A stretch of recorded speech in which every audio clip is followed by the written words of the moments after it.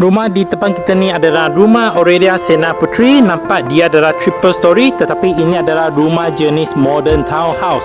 So ini adalah lower unit bay entrance. Kalau abang akan beli lower unit hanya harga RM498,000 sahaja, sudah mampu milik.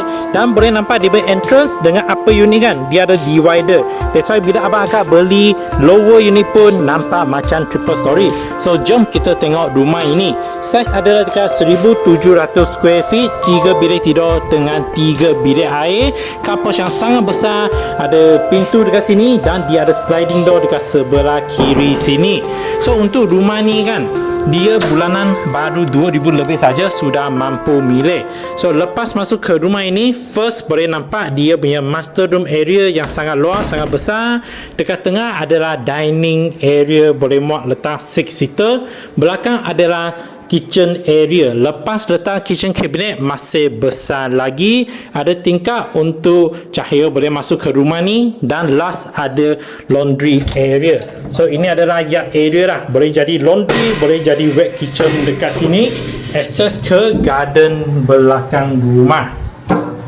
So kita tutup balik. So ini adalah ground floor area. Dia ada satu share bathroom, ada satu bilik tidur. So ini adalah share bathroom dan ada satu bilik tidur dekat bawah yang muat boleh letak queen size bed ataupun king size.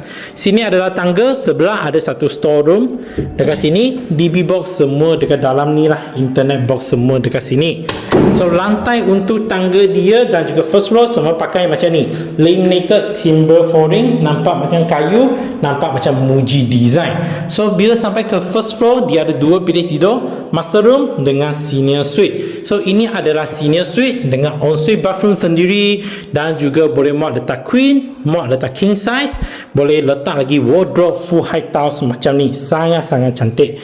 Dan dekat sini belok ke kanan, ini adalah master room, boleh muat letak king size bed, wardrobe area, ada lagi satu dressing table area ke, study area ke pun boleh, dan ada master bathroom sekali datang dengan shower screen. Hui, TikTok. Harga RM498,000 sahaja dapat mampu beli rumah double story macam ni. So kalau abang akak berminat, boleh tengok saya punya full household video dekat YouTube juga.